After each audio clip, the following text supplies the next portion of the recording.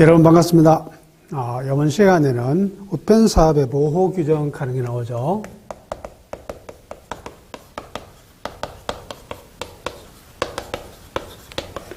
이거는 이제 우편사업의 보호규정이라는 것은 뭐냐면요.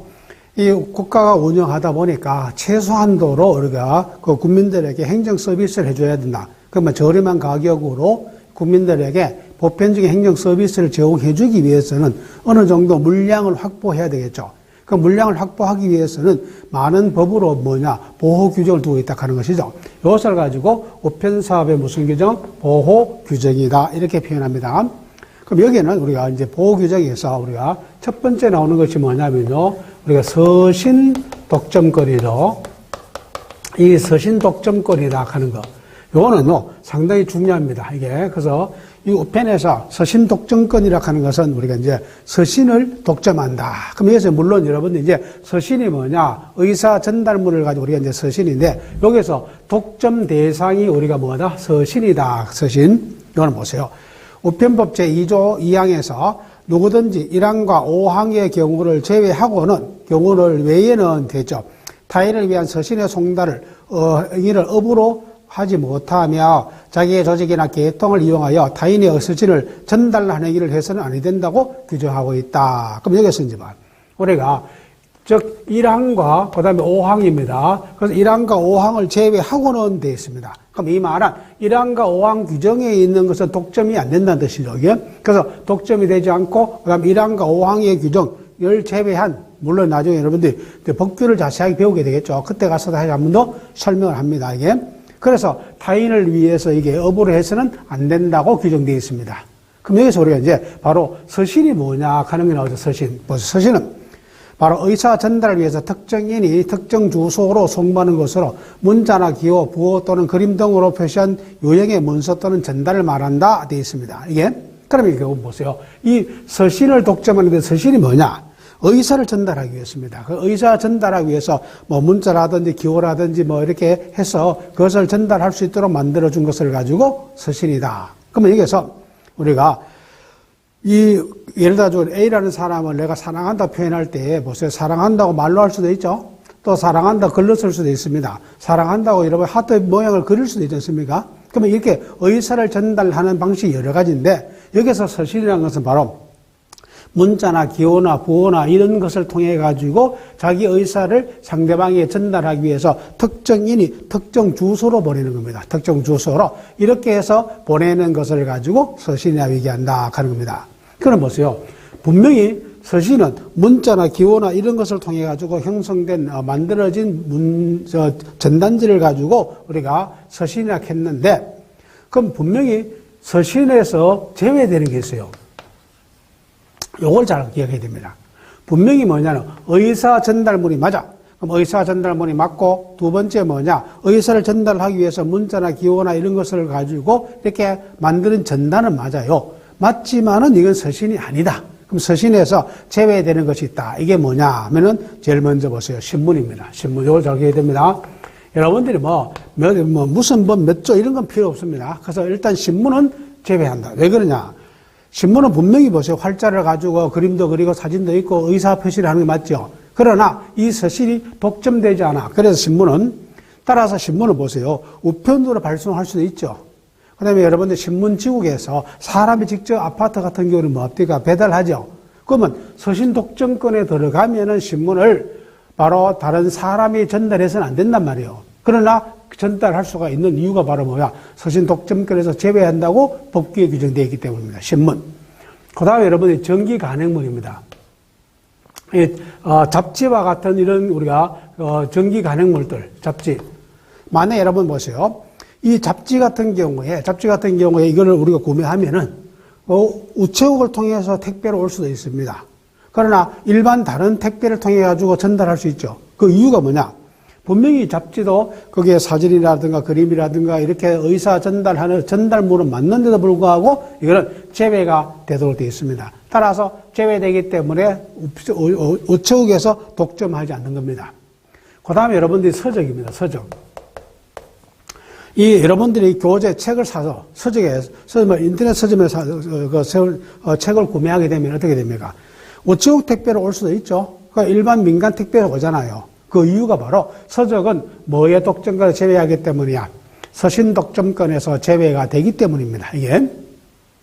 그럼 여기서 이제 서적은요, 서적의 조건이 있습니다. 서적의 조건이. 첫째 뭐냐면은 표지를 제외해야 됩니다. 표지를 제외하고 48쪽 이상의 쪽수가 되어야 된다 하는 거.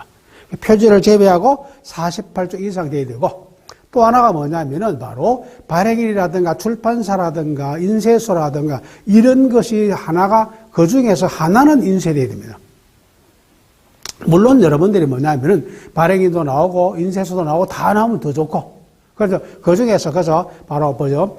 표지를 제외한 48쪽 이상의 책자형들 인쇄해서 제본될 것. 제본. 그러면서 인쇄 제본되는데, 제본은 여러분들이 요즘처럼 요즘 책점 이렇게 제본할 수도 있습니다. 요즘 스프링 제본도 다 제본입니다. 그 스프링 제본도 같습니다. 제본은 특별하게 일반 책자처럼 제본할 수도 있지만은 스프링처럼 이렇게 제본을 해도 인정해 줍니다. 두 번째 보세요. 발행인, 출판사, 인쇄소 명칭 중에 어느 하나가는 표시된다 하는 거. 세 번째, 쪽수가 표시돼야 돼. 물론 이 쪽수는 뭐 가운데 있어도 되고 위에 있어도 되고 밑에 있어도 되고 상관없습니다. 쪽수가. 그러면 서적의 조건이 3개 있다. 표지를 제외한 48쪽 이상으로 인쇄 제본돼야 되고, 두 번째 뭐냐면은 출판사라든가 또는 발행일이라든가 이런 것이 최소한도 하나는 뭐 돼야 되고 인쇄가 돼 있어야 되고, 그 다음에 쪽수가 표시돼야 됩니다. 요 서적의 조건을 갖추면은 이거는 서신 독점권에서 뭐 한다? 제외한다. 그럼 이 조건을 갖추지 않았으면은 서적이 아닙니다. 아니기 때문에 어디로 보내야 돼? 우편으로만 발송해야 됩니다. 우편으로만. 그 다음에 여러분들이 뭐냐면은 바로 상품 안내서입니다. 상품 안내서. 이 상품 안내서는 뭐냐면은 보세요. 책에 보세요. 상품의 가격이라든가 기능 특성 등을 문자, 사진, 그림 등으로 인쇄한 16쪽 이상입니다. 이건 표지를 포함한 거야. 그래서 표지를 포함해서 아까 이제 서적에서는 표지를 제외하고 되어 있어요. 상품 안내서는 표지를 포함해서 16쪽 이상으로 인쇄되어야 됩니다. 요것을 가지고 뭐다? 바로 상품 안내서는 뭐의 독점권에서? 서신 독점권에서 제외가 되죠. 그 다음에 뭐냐면은 화물 송장입니다. 화물 송장. 이게. 그래서 화물 송장은 여러분들이 뭐냐면은 우편 말고도 보낼 수 있다. 그 화물에 붙여가지고 보낼 수도 있다 하는 겁니다. 화물에다가. 그 다음 또 하나가 뭐냐면은 바로 국제서류입니다. 국제서류. 그러니까 외국과 여러분들이 이렇게 교류를 하는 국제서류는 바로 서신 독점권에 제외됩니다. 그러니까 우편 말고 다른 방법으로 발송해도 상관이 없다는 뜻입니다. 이게. 그 다음에 여러분들이 뭐냐면은 우리가 긴급서류라고 하죠. 요 긴급서류는 뭐냐면은 우리가 본사와 지점 사이에 또는 지점과 지점 사이에서 이루어지는 긴급한, 쉽게 말해서 12시간 이내에 바로 발송이 완료돼야 되는 이런 긴급한 서류가 있습니다. 그래서 긴급한 요 서류, 상업용 서류는 뭐냐? 12시간 이후까지 배달이 되면은 이거는 뭐가 안 된다? 우편 독점, 서신 독점권에 해당됩니다. 그래서 12시간 이내에 배달이 요구되는 이런 긴급한 상업용 서류입니다. 요 긴급한 상업용 서류는 우편 말고도 보낼 수 있어요. 그래서 실제로 여러분들이 은행 같은 데 이런 데 가면요. 바로 이 긴급한 서류를 배달하기 위해서 사람이 있습니다. 예를 들어가지고 만약에 무슨 은행 본점에서 예를 들어가지고 이렇게 부산 지점에다가 긴급하게 서류를 발송해야 돼. 그러면 사람이 직접 그걸 들고 바로 부산 지점으로 가도록 이렇게 조치할 수 있습니다. 이거는 서신 독점권에서 되기 때문에 제외가 되어 있기 때문에 가능하다는 뜻입니다. 그 다음에 이제 마지막으로 신용카드죠. 이게 그죠? 신용카드는 이거는 뭐냐면은 여러분들이 카드를 발급받아 본 사람 아시겠죠? 카드를 발급받으면요. 우편으로 카드사에서 우리 집으로 이렇게 발송해 주는 경우도 있습니다. 그런데 사람이 직접 오는 경우도 있다고 합니다. 그러면 결국 인편 사람이 직접 올 수 있는 이유가 신용카드가 뭐가 되기 때문에 서신 독점권에서 제외되기 때문입니다. 그러니까 바로 여기에 나오는 이와 같은 것은 형식은 서신 형식이야. 그러니까 문자나 기호나 부호나 이런 걸 통해 가지고 의사를 전달하도록 만드는 전달은 맞아. 이게 그래서 분명히 뭐냐면 의사 전달하는 것은 맞지만은 독점권에서는 뭐한다? 제외하도록 이렇게 법령에 되어 있다? 규정이 돼. 그래서 우편법 시행령에 바로 이렇게 대통령령이란 말이야. 대통령령으로 이렇게 별도로 제외한다. 그래서 요 내용은 외워야 됩니다. 그래서 요 내용은 바로 서신 독점권에서 뭐한다? 제외가 된다 하는 것이죠, 이게. 그럼 그래, 넘어가면 뭐 타인을 위해서다 됐어요. 그럼 타인을 위하면 자기 이외의 자를 말하는 거죠. 타인을 위해서 하면 안 된다 하는 거. 업이라 하는 것은 일정한 행위를 지속적으로 하는 겁니다. 일시적으로 하는 것을 업이라 소리 하지 않습니다. 그래서 일정한 것을 지속적으로 하는 경우가 바로 뭐다? 이 업이라고 얘기한다. 그다음 조직 또는 계통이라는 것은 뭐냐면은 일정한 목적을 위해서 두 사람 이상이 의식적으로 뭔가를 만든 결합한 활동체를 가진 뭐라고 얘기한다? 조직. 그러니까 내 혼자는 조직이 아니죠. 적어도 두 명 이상이 어떤 일을 위해서 만들어진 그 공동체를 가지고 뭐냐? 활동체를 가지고 조직이라고 얘기한다. 예. 그 다음 타인을 위한 송달 행위를 여러분들이 업으로 하고는 이런 경우입니다. 봤어요. 여기 아까 1항과 5항을 제외한다 했어요. 이거는 이제 법에서 1항과 5항의 규정은 분명히 독점권에서 뭐나 이미 처음부터 제외되어 있는 겁니다. 예, 그래서 여러분 서신송달업이라 하는 게 있어요. 그 서신송달업이라 하는 새로운 업종에서 이거를 대신할 수 있습니다. 그래서 우리가 바로 타인을 위해서도 가능한 것이 있어요. 그 대표인 것이 이제 거기 보세요. 바로 기본적으로 무게가 얼마 350g을 넘거나, 그다음에 그 우편 요금이 그 우편 여러분 일반 그 기본 동상 우편 요금의 10배 이상이야. 현재 기본 동상 우편이 330원입니다. 그러니까 10배니까 얼마야? 3,300원입니다.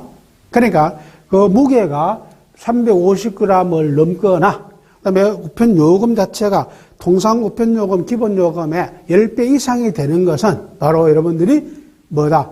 다른 사람을 위해서 송달업으로 할 수 있도록 되어 있다 합니다. 이와 같은 것은 서신 독점과 제외되기 때문에 서신 송달업자들이 대신할 수가 있어요. 그 대신에 이와 같은 것도 국가나 또는 지방자치단체에서 발송하는 것은 안 된다.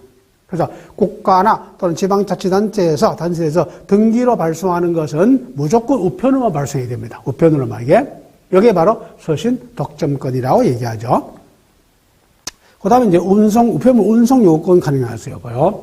여기요, 운송 요구권이다. 이 우편물을 운송 요구할 수, 이거는 뭐냐면은 바로 과학기술정보통신부 장관입니다. 과학기술정보통신부 장관은 주로 여러분이 뭐 철도라든가 궤도라든가 자동차라든가 항공기라든가 선박이라든가 이와 같은 업자들입니다. 이거는 노선입니다. 이 노선을 가지고 있을 때, 그러면 노선을 가지고 정기적이든 비정기적이든 관계없습니다. 일정한 노선을 가지고 움직여야 돼요. 이런 업자들에게 할 수 있습니다. 예를 들어 내가 화물차가 개인적으로 소유하고 있어요. 그 화물차 그걸 가지고 과학기술정보통신부 장관이 나한테 와서 우편물을 운송해달라고 요구할 수 없다 하는 겁니다. 그러니까 이거는 노선을 정기적이든 비정기적이든 간에 노선을 가지고 있는 사람들, 그러니까 철도라든가 궤도라 하는 것은 이제 주로 대도시 가면 지하철 있지 않습니까? 지하철, 이런 철도라든가 궤도라든가 뭐 자동차라든가 선박이라든가 항공기를 가지고 노선을 가지고 움직이는 사람들에게 뭐 우편물 운송을 요구할 수가 있습니다. 이게. 그럼 이제 운송을 요구하면은 그 다음에 운송업자는 그 우편물을 뭐 해야 된다? 운송을 해줘야 됩니다. 물론 공짜는 아니죠. 운송을 해주면은 그 다음 뭘 받아? 운송료를 받는 건 당연한 겁니다. 그래서 바로 운송을 요구하고, 그 다음에 이 경우에 정당한 사유가 없는 한은 운송을 해줘야 되고, 그 다음에 운송 요금을 징수받으면 됩니다. 이게. 이것이 바로 운송 요구권이 되죠. 그 다음에, 세 번째는 조력 청구권이 나오면, 조력 청구권. 이거는 무슨 얘기냐면 이런 경우입니다. 봐요. 우편 업무를 집행 중인 운송원이라든가 집배원이라 우편물 운송 중인 항공기, 차량, 선박 등이 사고를 당했을 때 주위의 조력에는 도움입니다. 도움을 청구할 수 있으며 요구를 받은 자는 정당한 사유 없이 이를 거부할 수 없습니다. 그럼 예를 들어 가지고 내가 우편차를 운행하는 기사인데 가다가 잘못해가지고 차가 전복당했어요. 그럼 차를 여러분들 다시 세워야 됩니다. 그럼 예를 들어 가지고 뭐 이렇게 크레인 회사에다가 뭐 우편물을 뭐 해달라고 이 차를 좀 세워달라고 끄집어 내달라고 요구할 수 있습니다. 또 우편물이 흩어져 막 막 이렇게 쏟아지고 흩어지고 있습니다. 그때 주변에 길 가는 사람들 보고 좀 도와달라고 이렇게 요구할 수 있다 합니다. 그래서 이제 조력 도와달라고 요구할 수가 있고, 그 다음에 도와달라고 요구받은 사람은 정당한 사유가 없으면 도와줘야 됩니다. 만약에 여러분 정당한 사유가 없이 도와주지 않으면 뭐다? 이거는 100만 원 이하의 뭐냐면은 벌금을 받습니다. 예. 그래서 이건 도와달라고 하면 도와줘요. 물론 도와주고 난 다음입니다. 다음에 내가 도와준 것에 대해서 대가를 뭡니까? 보수를 청구할 수가 있습니다. 예, 그러면 이제 그 보수를 청구해서 보수를 받아갈 수 있습니다. 이게 바로 조력 청구권을 얘기합니다. 그 다음에 여러분들이 바로 통행권 가능이 있어요. 통행권. 이거는 뭐냐면요. 보세요. 운송원이라든가 집배원, 운송하는 그 항공기라든가 차량이나 선박 등은 도로 장애로 인해서 교통이 곤란한 경우에는 담장이나 울타리 없는 택지, 중요한 것이 담장이나 울타리 없는 택지라든가 전답, 그 밖의 장소를 통행할 수가 있습니다. 그 다음 그 피해자는 당연히 피해에 대해서 손실을 청구할 수 있죠. 그러니까 이건 무슨 얘기냐면, 만약에 내가 우편 차를 운전하고 가는데 갑자기 여러분들이 이제 홍수가 나가지고 도로가 유실된 겁니다. 도로가 끊겼어. 그래서 도로를 건너갈 수 없어. 그래서 남의 이게 뭐 배추밭이라든가 이런 것을 통해 가지고 돌아가면 가능합니다. 그 경우에 다른 사람의 배추밭이라든 즉 담장이 있으면 안 됩니다. 담장이 없는 또는 울타리가 없는 이제 전답이라든가 이런 택지라든가 이런 곳을 통행할 수 있습니다. 그럼 만약에 통행을 방해하면은 뭐가 되느냐? 바로 100만 원 이하의 벌금을 받습니다. 예. 물론 통행함으로써 우리 집 배추가 파손돼서 그러면 그 배추 파손된 것을 그 당시 시가로 계산해 가지고 보상을 청구할 수가 있습니다. 이게 이것을 가지고 바로 통행권이라고 얘기하는 겁니다. 그다음에 이제 보세요. 통행료 면제 가능이 나오죠. 이거는 뭐냐면요. 우편 집배원이라든가 우편 종사자가 만약에 유료 도로라든가 또는 여러분들이 뭐 이렇게 교량이라든가 또는 여러분들이 뭐 이렇게 강에 가면은 도선장이 있습니다. 강을 건너는 도선장. 이런 곳에 바로 통행료라든가 도선료를 내지 않고도 갈 수 있습니다. 이걸 가지고 통행료 면제해 보세요. 우편물 운송원이라든가 집배원은 언제든지 도선장에 도선을 요구할 수 있고, 그럼 여러분들이 강을 건널 때 도선장에 가가지고 배를 빨리 건너달라고 요구할 수가 있고, 그 다음에 업무 집행 중에 있는 운송원 등은 도선장, 운하, 도로, 교량 등 기타 장소에서 통행요금을 지급하지 않고도 뭐 할 수가 있습니까? 지나갈 수 있다 하는 거야. 그 만약에 여러분 유료 도로야. 그 통행료를 내지 않기 때문에 만약 우편 차량에 가는 것을 방해하면은 역시 100만 원 이하의 뭐냐? 바로 벌금을 먹습니다. 그러니까 일단 통행료를 내지 않고도 갈 수 있어. 그 대신에 당연히 그 도로 관리 주체라든가 또는 도선장의 배사공이 그 도선료를 받아야 되겠죠. 통행료 안 내고 갔기 때문에 그건 청구할 수 있습니다. 정당하게 보상을 청구할 수 있다. 통행료를 받아갈 수는 있어요. 그러나 집배원이 통행료 내지 않는다, 도선료 내지 않는다 해가지고 그것을 뭐 이렇게 강을 건너주지 않는다든가 이렇게 해서는 안 된다 하는 거야. 그러니까 도선을 요구하면은 정당한 사유가 없으면 도선 해줘야 된다 하는 거. 또 돈도 안 내도 건네주라 하는 거야. 예. 나중에 뭐 하면 됩니까? 도선료를 청구하면 됩니다. 통행료를 청구하면 됩니다. 이게 청구가 가능합니다. 이게 그래서 통행료가 면제가 되죠. 그 다음에 여러분들이 우편 전용 물건입니다. 압류가 금지됩니다. 이게 압류가 금지되고, 그 다음에 여러분들이 각종 부가금입니다. 그래서 부가금이 면제됩니다. 이건 뭐냐면은, 우편만을 이용하는 겁니다. 그 우편 업무를 위해서만 있는 이런 우편 전용 물건이야. 그 우편 전용 물건은 기본적으로 뭐도 안 되고, 압류도 안 됩니다. 각종 여러분이 공과금을 부과할 수도 없습니다. 예. 그래서 이거는 압류도 이게 우편 전용 물건만 됩니다. 그 우편 전용 차량이라든가 이와 같은 것은 바로 뭐가 안 되고 압류도 금지할 뿐만 아니라 바로 각종 부가금도 면제가 되는 겁니다. 예. 이것이 바로 우리가 이제 부가 면제죠. 그 다음에 이제 뭐가 있냐면은 바로 여러분들이 해손 불분담이라고 합니다. 이게 해손 불분담이다 하는 겁니다. 이거는 불분담이기 때문에 분담하지 않는다는 뜻이야. 그래서 해손이 뭐냐? 해손이 해난 사고입니다. 예를 들어 이런 경우입니다. 부산에서 제주도로 가는 이제 화물선이야 또는 여객선입니다. 여객선에 우편물을 싣고 이제 가는 겁니다. 가는 것이 결국 풍랑을 만나서 그래서 지금 배가 전복 위험이 있습니다. 그래서 이제 선장이 뭐냐? 이렇게 지시를 하죠. 그래서 배에 있는 물건을 바다로 버리라 합니다. 이게 그럼 예를 들어 가지고 만약에 이렇게 선장이 막 배에 있는 물건을 바다로 버리라 했어요. 그러다 보니까 결국은 배에 남아 있는 물건의 화주도 있겠죠. 버려진 화주도 있다 합니다. 그럼 이런 경우에 어떻게 하느냐면 버려진 물건의 가격을 모든 그 화주들이 공동으로 계산해 가지고 n분의 1로 그러니까 자기 화물의 그만큼의 비율을 따지는 겁니다. 그럼 예를 들어 만약에 10억이 손에 났어. 그럼 10억이 손에 났다 그 화주들이 전체적으로 100명이 있으면 100명이 많은 겁니까? n분의 1로 나누는 거야. 나누어 가지고 해난 사고에 대한 손해를 공동으로 분담하도록 되어 있습니다. 공동으로. 그런데 거기에는 우편물도 있었단 말이야.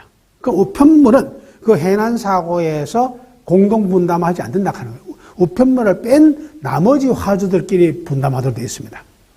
이걸 가지고 해여선 뭐라 한다? 불분담. 해난 사고에 대해서 n분의 1로 그 손해를 분담해야 되는데 우편을 맞지 않는다? 분담하지 않는다 하는 겁니다. 이걸 가지고 해난 사고에 대한 분담 안 한다. 불분담이다. 이렇게 이해하시면 됩니다. 이게. 그 다음에 우편물에서 여러분들이 뭐냐면 압류 거부권. 아까 여는 우편 전용 물건에 대한 압류를 금지하는 것이고 이번에는 우편물 자체를 얘기합니다. 우편물을 보세요. 여기 우편물입니다. 우편물을 압류 금지하는 겁니다. 이거는 언제냐 봐요. 우편관서에서 운송 중이거나 발송 준비를 마친 우편물이야.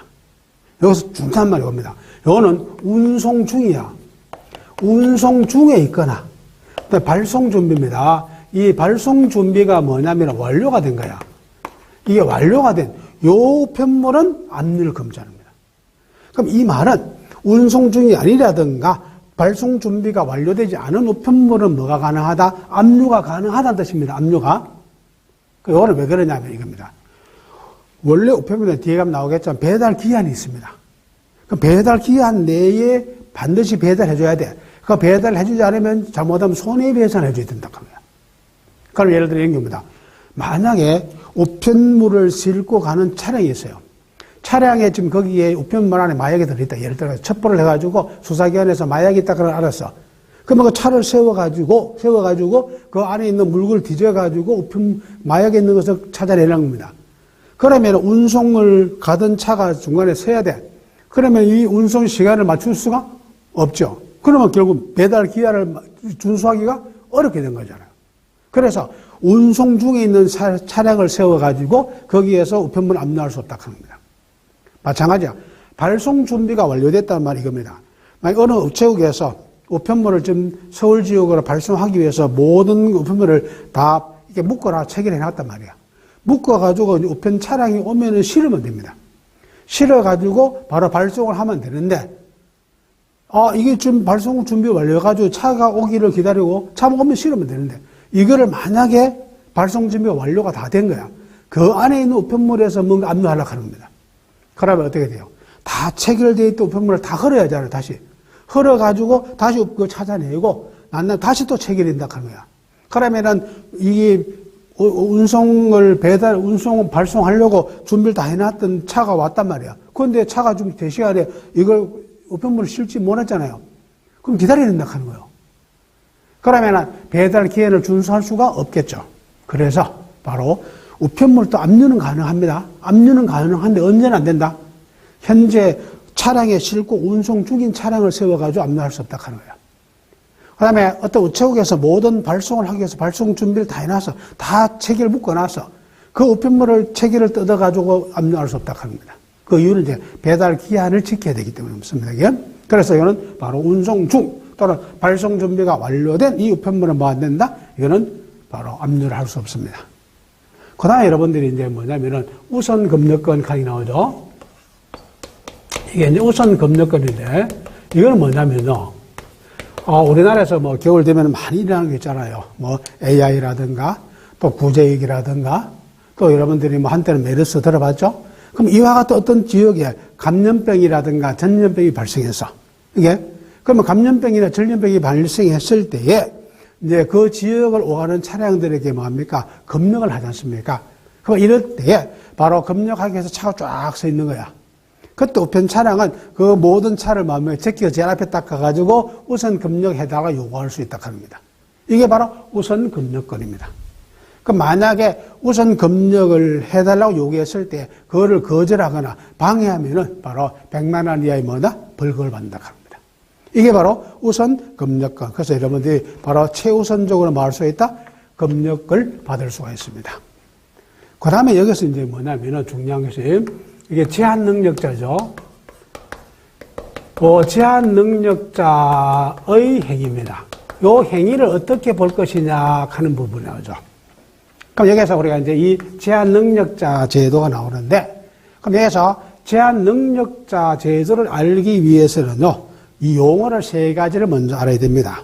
그 여러분들이 뭐냐면은 참고로 여기서 권리 능력이라 하는 말을 여러분들이 먼저 알아야 됩니다. 그래서 우리가 이제 권리 능력이라 하는 것은 무슨 얘기냐면은 이거는 권리입니다. 권리와 의무입니다.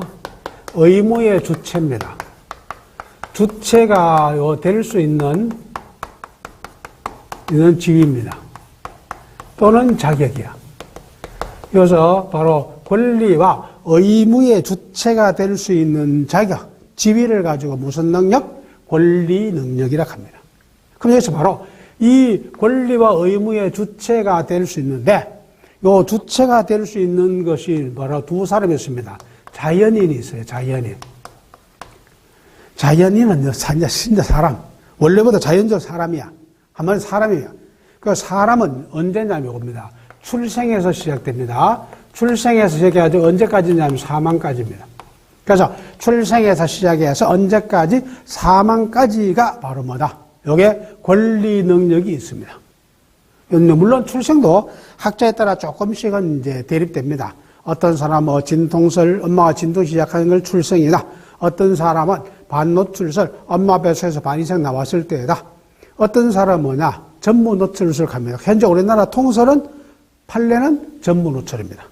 엄마 배 전부 나왔을 때, 출생 신고를 하고 안 하고 관계없습니다. 그래서 완전 노출설, 전무 노출이 출생이고, 사망은 우리가 이제 보통 숨거닿았다고 얘기하죠. 그래서 숨거닿았다. 그래서 우리가 호흡 정지가 되었을 때를 뭐로 본다? 사망으로 봅니다. 그러면 이제 출생의 사망까지 주체가 될 수 있는 사람은. 두 번째 법인이 있어요, 법인. 법인은 법에 따라서 사람처럼 주체가 될 수 있는 겁니다. 여기에는 이제 두 가지 있어요. 여러분들이 사단법인과 재단법인이 있습니다. 사단법인과 재단법인. 그래서 사단법인은 사람들의 모임이야. 그리고 회사예요, 회사 쉽게 말해서. 주식회사 누구, 삼성전자 들어봤죠? 이게 바로 삼성전자가 권리의무 주체가 됩니다. 그래서 계약을 체결하고 할 수 있다 하는 겁니다, 이게. 그 다음 우리가 이제 재단법인은 주로 뭡니까? 사립학교죠. 이게. 그래서 바로 요 법인과 자연인만이 권리의 주체가 될 수 있습니다. 두 번째, 여기서 이제 뭘 알아야 되느냐면요. 여기에 의사 능력이 있어요. 의사 능력이란 말은 이겁니다. 자신입니다. 자신의 행위 결과입니다. 그래서 이런 행위를 했을 때에 어떤 결과가 올 것이냐입니다. 그래서 요 자신의 행위 결과를 뭐냐면은 인지할 수 있는 능력. 그래서 요 할 수 있는 능력이죠. 요것을 가지고 뭐라 하느냐면 의사 능력이라 합니다. 그러면 이제 법률 행위를 하기 위해서는 바로 권리 능력도 있고 두 번째 의사 능력이 있어야 됩니다. 내가 이런 행위를 했을 때에 그 행위가 어떤 결과를 가져올 것이냐 하는 겁니다. 이게 바로 의사 능력이야. 그러면 여기에서 바로 의사 능력이 없는 사람이 있어요. 이걸 가지고 이를 뭐라고 하냐면 우리가 무능력자 이렇게 얘기합니다. 의사 능력이 없는 사람이라는 뜻입니다. 그럼 의사 능력이 없는 사람이 누구냐면 주로 만취자라든가, 만취자, 또는 여러분들이 우리가 젖먹이라든가 이런 거, 이게, 근데 정신병자라든가 이런 겁니다. 그러면 이런 사람을 가지고 뭐라 한다? 의사 능력이 없는 사람입니다. 의사 누구? 무능력자라 표현하는 겁니다. 의사 무능력자. 그러면 의사 능력이 없는 사람이 한 행위는 법률적으로 효력이 없다는 뜻입니다. 여기 이제 의사 무능력자와 의사 능력자입니다. 근데 이거는 의사 무능력자는요, 케이스 바이 케이스야. 특히 여러분들이 만취자락하는 것이 얼마만큼 술을 먹어야 많이 만취했는지는 사람에 따라 같다 다르다. 다 다르죠. 예. 그러니까 어떤 사람은 소주 한 잔만 먹어도 만취하는 사람이 있는 반면에 어떤 사람은 10병을 먹어도 멀쩡한 사람이 있죠. 이거는 이제 일괄적으로 요만큼 먹으면 만취다. 이건 아니다 하는 거예요. 그래서 케이스에 따라서 이건 유동성을 갖고 있는 것이 바로 이게 의사 무능력자가 됩니다. 그 다음 이제 세 번째 뭐냐면은 우리가 바로 행위 능력이라고 하는 게 있어요. 그럼 요 이제 세 개의 능력이 나오는데, 그럼 행위 능력은요, 이겁니다. 이거는 바로 본인입니다. 예, 독자적으로, 예, 이 독자적으로 법률 행위입니다. 이 법률 행위를 뭐냐면은 유효하게입니다. 할 수 있는 능력이야. 요 능력을 가지고 뭐라 하냐면은 우리가 바로 행위 능력이라고 합니다. 그럼 요거는 바로 독자적이라면 단독이죠. 이게 자기 자신이 단독으로 법률 행위를 유효하게 할 수 있는 능력이야. 내가 혼자 남한테 도움을 받지 않고도 내가 스스로 법률 행위를 유효하게 할 수 있는 능력을 가지고 이름을 뭐라 한다? 행위 능력. 그럼 우리가 법률 행위를 유효하게 하기 위해서는요, 권리 능력을 가진 사람이 또는 법인이 바로 의사 능력이 없는 사람이 아닌 사람이 행위 능력이 있는 사람이 해야 됩니다. 그러면 그 법률 행위는 뭐다? 유효합니다. 그런데 이제 문제는 이게잖아요. 여기에서 바로 제한 능력자가 어디서 나오느냐면 이겁니다. 여기에서 행위 능력이 이게 단독으로 할 수 있는데 단독으로 할 수 없도록 한 사람을 가지고 요가 사람을 가지고 말을 하냐면 제한 능력자라고 합니다. 그러니까 행위 능력을 제한하는 겁니다. 제한. 그러니까 단독으로 하는 행위 능력을 제한하기 때문에 이름을 뭐로 붙인다? 제한 능력자로 명칭을 붙입니다. 그럼 여기서 바로 요 제한 능력자가 누구냐면요, 미성년자입니다. 예. 그 다음에 여러분들이 뭐냐면 피한정, 예, 후견인 갑니다. 피한정 후견인. 그 다음에 뭐라 하냐면 성년 후견인 갑니다. 요 사람을 가지고 무슨 능력자라고 한다? 제한 능력자라고 합니다. 그러면 우리가 이제 여기서 P자가 닿아야 됩니다. 미성년자로 현재 우리나라 같은 만 19세 미만이죠. 그럼 만 19세 미만은 단독으로 법령행위를 하면 안 돼요. 그 다음에 여러분, 피한정 후견인은요, 정신이 조금 모자란 사람이야. 일시적으로 이렇게 자기 스스로 할 수 없도록 제한하는 겁니다. 피성년 후견인은 완전히 지속적으로 정신 능력이 결여된 사람이야. 근데 요 두 사람은 법원에 신청을 해야 됩니다. 법원에다가. 그래서 이 사람은 이렇게 되면 이 사람은 피한정 후견인으로 선고를 해주세요. 이 사람을 피성년 후견인으로 선고를 해달라고 법원에 신청합니다. 그럼 판사가 판단해가지고 제한을 해주는 겁니다. 그럼 여기서 이제 요 세 사람에 대한 자세한 내용은 뒤에 가면 이제 우리가 금융편에 가면은 중요하기 때문에 거기 가서 다시 한 번 더 설명이 나옵니다. 오늘 여기에서는 간략하게만 여러분들 설명해 줍니다. 그러면은 봐요. 지금 세 개의 조건을 다 갖춘 사람이 하면은 법률행위는 뭐한데 유효해. 그런데 이제 문제가 이란 말이야. 만약에 행위 능력이 없는 사람이나 제한되는 사람이나 의사 능력이 없는 사람이 한 행위를 어떻게 되느냐 하는 겁니다. 그럼 만약에 옵니다. 요 사람이 의사 능력이 없는 사람이 행위를 한 거였어요. 요거는 뭐냐면 무효가 됩니다. 무효 사유가 됩니다. 그 다음에 제한 능력자입니다. 제한 능력자가 한 행위는 요거 뭐냐면은 취소 사유가 됩니다. 취소. 그럼 여기서 이제 무효하고 취소를 내가 좀 설명하기 위해서 나온 겁니다. 그러니까 여러분들 이제 법률 용어에 가면은 무효와 취소가 나온다 하는 겁니다. 그럼 무효와 취소가 어떻게 다르냐? 바로 이겁니다. 봐요. 지금 여기서 우리가 무효는 처음부터입니다. 이게 아예 처음부터 뭐냐면은 효력입니다. 효력 발생이죠. 이 효력 발생이 되지 않는 거야. 아예 처음부터 효력 자체가 그러면 쉽게 말해서 의사 능력이 없는 사람이 행위를 해서 의사 무능력자가 하면은 그 행위는 아예 처음부터 법률 행위가 발생하지 않습니다. 이런 경우 봐요. 만약에 내가 만취 상태야. 만취 상태에서 친구하고 술을 먹다가 우리 집을 1억짜리 집을 내가 단돈 1,000만 원에 팔겠다 계약을 썼어. 그래서 계약서 다 썼고 돈도 1,000만 원 받았어. 그런데 그 다음날 아침에 깨보니까 아니 내가 느닷없이 1억짜리 집을 내가 1,000만 원에 판다고 친구하고 계약을 해준 거예요. 친구가 나한테 찾아와서 집 등기해달라고 하는 거예요. 야 무슨 소리고? 봐라 니가 집앞에 니가 계약 쓰는 거 아니냐. 보니까 다 내 잡힐 소리 맞아. 이게. 그럼 보세요. 여기에 이제 무효가 되면 뭐예요? 5월 1일 날 어떤 행위를 했어. 행위를 하면은 그 순간부터 아예 처음부터 효력이 발생하지 않는 겁니다. 그러니까 그 뒤에 대해서 뭐 날짜가 필요하고 알고 다시 필요도 없어. 그럼 만약에 의사 능력이 없는 사람이 어떤 행위를 하면 아예 처음부터 효력이 발생이 하지 않습니다. 그러니까 뭐 취소나 이런 거 할 필요도 없다 하는 겁니다. 아예 원천적으로 법률 행위가 성립하지 않는 겁니다. 이를 가지고 뭐라고 얘기한다? 무효라고 합니다. 무효. 그 다음 취소는 어떤 거냐 이겁니다. 취소는요, 일단은 여러분들이 유효합니다. 유효한 법률 행위야. 이게 법률 행위를 바로 취소권자입니다. 이 취소권자가 취소입니다. 취소라는 의사 표시입니다. 표시를 해야 돼요. 그럼 봐요.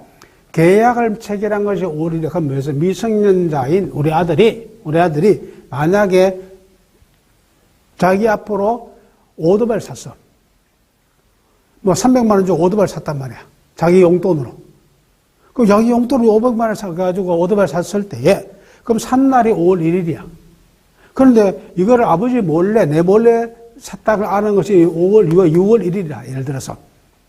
그럼 6월 1일 날까지는, 요때까지는 뭐냐면은, 요 행위는 유효합니다. 그러니까 내가 모르고 알지까지 취소 의사표시하기 전까지는 그 행위는 유효하단 말이야. 그러면 그 오토바이 판매 계약은 유효한 거야.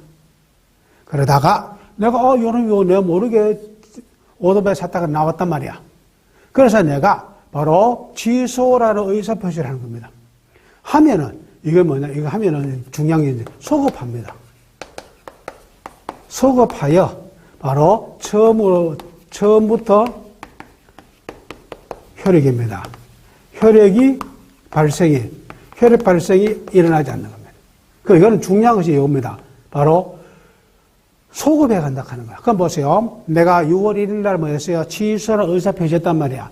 하면은 계약을 체결한 언제로 5월 1일로 되돌아가. 그럼 이제 바로 되돌아가서 처음부터 효력을 없애주는 겁니다.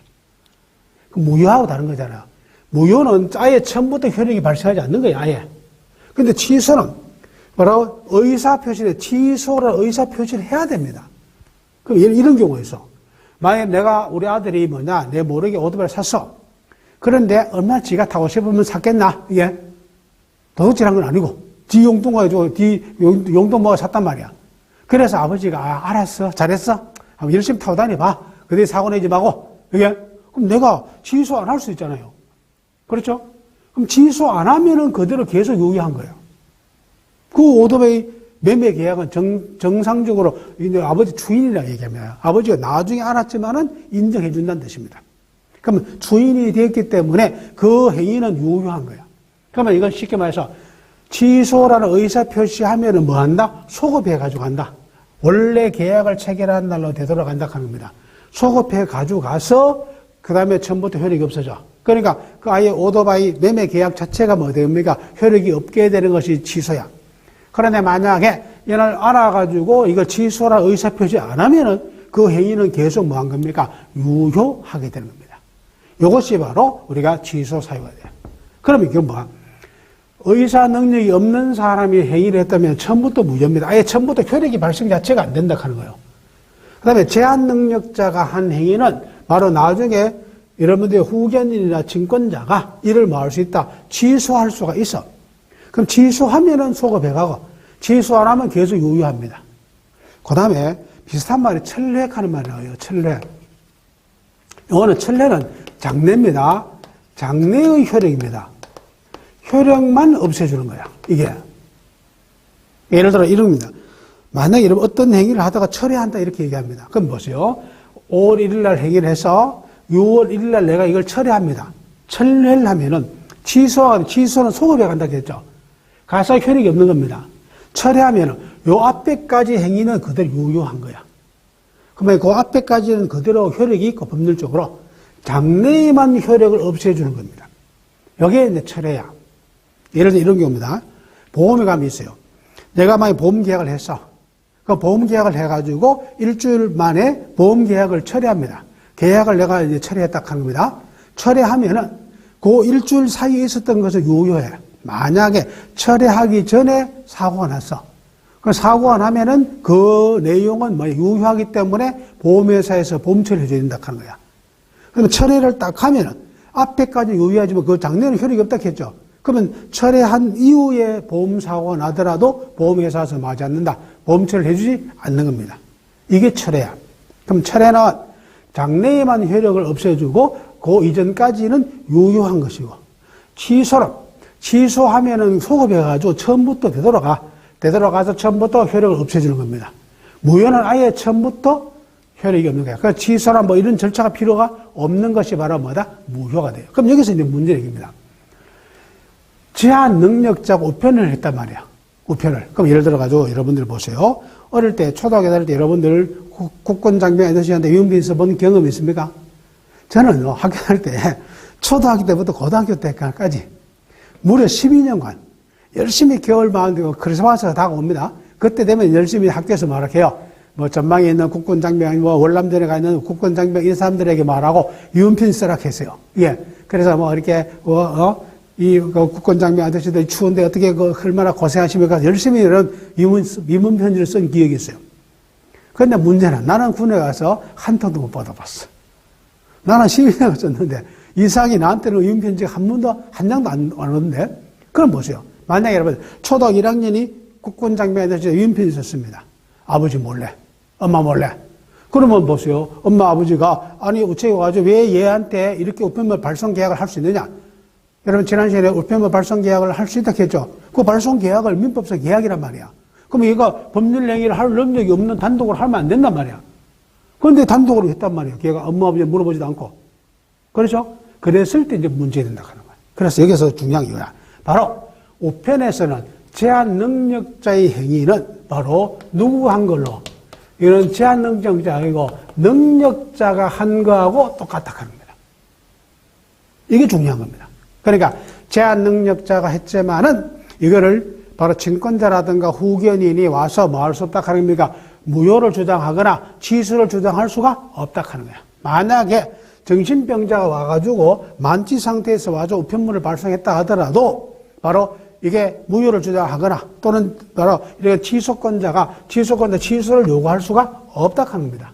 이게 바로 우편에서 중요한 특징입니다. 그러면 이제 여기서 제한 능력자가 한 행위는 누가 한 걸로 본다? 능력자가 한 것으로 보기 때문에 무효라든가 취소를 말할 수가 없다, 주장할 수가 없다 하는 겁니다. 예. 여기 바로 중요한 거. 그래서 여러분들이 무효라는 말이 여기서 나왔고 취소라는 말이 여기서 나온 겁니다. 이해가 되겠죠? 이것이 바로 우리가 우편에서 이제 나오는 바로 우편 사업을 보호하기 위해서 법률에서 이렇게 특별하게 뭐 되어 있다? 규정이 되어 있어요. 이걸 가지고 바로 우편 사업의 보호 규정이라고 얘기합니다. 여기서 뭐 다른 건 다 여러분 쉽습니다. 그냥 쉬운데 서신독점권에 대해서는 좀 자세히 기억을 해줘야 됩니다. 서신독점권에 대해서는 뭐 내용이 좀 많잖아요. 예. 나머지는 뭐 단순히 암기하면 됩니다. 그 다음에 여기서 제한 능력자 제도는 뒤에 가서 이제 여러분들이 금융편에서 설명할 내용을 내가 미리 설명해 준 겁니다. 무효나 취소를 알아야 되기 때문입니다. 예. 그래서 여러분 여기서 이제 요 내용을 이해해야 되고. 그 다음에 여기서 여러분 또 하나 이해해야 될 것이 뭐냐면은 이 보상과 배상이, 보상을 청구할 수 있다 이런 말이 나왔죠. 그럼 여기서 참고로 이 보상하고 배상하고 차이가 나옵니다. 요 말만 좀 구별해 주기 바랍니다. 보상과 배상은요, 다 아무것도 없어. 요거는 적법이야. 적법한 행위. 그 법에 따라서 한 행위면은 뭐가 되고, 보상이야. 배상은요, 요건 위법한 행위입니다. 위법. 위법이라는 말이 요거는 뭐냐, 고의입니다. 고의나 과실이야. 고의나 과실. 그럼 쉽게 말해서 법대로 하다가 국민에게 재산적인 손해를 줬어요. 국민들에게. 그럼 공무원들이 법대로 하다가 국민들에게 재산적인 손해를 주면은 뭘 해줘야 된다? 보상을 해줘야 됩니다. 보상을. 그 다음에 공무원들이 법을 위반한 거야. 위법한 행위야. 그 위법한 행위를 해가지고 국민들에게 재산적인 손해를 맡긴 겁니다. 그러면 여기에 대해서는 뭐 해야 된다 하는 겁니까? 이를 배상을 하도록 되어 있다 하는 배상을. 그러니까 이제 공무원이 고의란 말은 일부러 한 거잖아요. 그 일부러 하거나 또는 과실이란 말은 뭡니까? 실수란 겁니다. 그래서 고의나 과실에 의해서 이루어지면 이거 뭐가 된다? 배상이 돼야 됩니다. 예를 들어 이런 경우도 봐요. 똑같은 내용입니다. 아까 이런 우편 차량이 만약에 도로가 유실돼가지고 담장이 없는 뭐 전답이나 이런 곳을 막을 수 있다 했어요. 이렇게 이동할 수 있다 했죠. 그러면은 만약 그 배추밭이 파손되었으면은 바로 거기에 대해서는 우편법에서 바로 무슨 건이 있어? 통행권이 있었죠. 그러니까 그걸 통행할 수 있다 했단 말이야. 그러면 법에 따라서 통행하다가 배추가 파손된 거야. 그러면 거기에 대해서 배추밭 주인은 뭘 청구할 수 있다? 보상을 청구할 수 있는 겁니다. 그리고 우편집배원이 바로 법에서 가도 된다 했기 때문입니다. 그런데 예를 들어 집배원을 보세요. 담장이 없는, 울타리 없는 거라 했죠. 그런데 남의 울타리를 차고 갔어. 그러면 그 공무원이 뭐 했습니까? 법을 위반했죠. 똑같은 배추가 파손된 겁니다. 그랬을 때 법대로 하다가 배추가 파손됐으면은 국가에서는 뭐 해줘야 되고 보상을 해줘야 되고 그 다음에 공무원 자체가 법을 위반한 거야. 위반해가지고 타인의 재산에 손해를 줬다 하는 겁니다. 이런 경우에는 고의를 했든 과실을 했든 간에 그래서 법을 위반했다 하는 겁니다. 그럼 아까 울타리 없는 담장이 없는 곳은 갈 수 있다 했는데 울타리를 치고 갔단 말이야. 그러면은 이건 법을 뭐해서 위반했죠. 우편법을 위반한 거야. 위반했기 때문에 그 배추에 대해서 뭐 해준다 하는 거야? 배상해줘야 됩니다. 그래서 여러분들이 이제 보상한다, 배상한다 이 말 뜻은 뭐다? 무조건 공무원이 법대로 해가지고 국민에게 재산적인 손해를 맡겼다 하면 뭐가 되고 이거는 보상이 된다. 그러니까 공무원 자체가 법을 위반했어. 그 법을 위반했다는 말은 고의나 이제 과실이라는 뜻입니다. 이 경우에는 바로 뭐 해야 된다? 국가가 그 재산적인 손해에 대해서 뭐 해줘야 된다? 배상을 해줘야 됩니다. 배상을. 이것이 바로 보상과 배상의 차이다. 그러면 이 부분은 여러분들이 이렇게 같이 좀 알아줘야만이 이제 앞으로 이렇게 가면서 이렇게 내용을 여러분 손해배상이 나오고 손실보상이 나오고 나옵니다. 이걸 이제 이해할 수 있는 겁니다. 내가 여기서 간략하게 설명을 드렸습니다. 그러면 이제 오늘 공부한 것을 잘 여러분들이 이해를 하시고 다음 시간부터는 우편 서비스의 종류, 이용 조건, 기타 이런 부분에 대해서 설명을 드리겠습니다. 고생했습니다.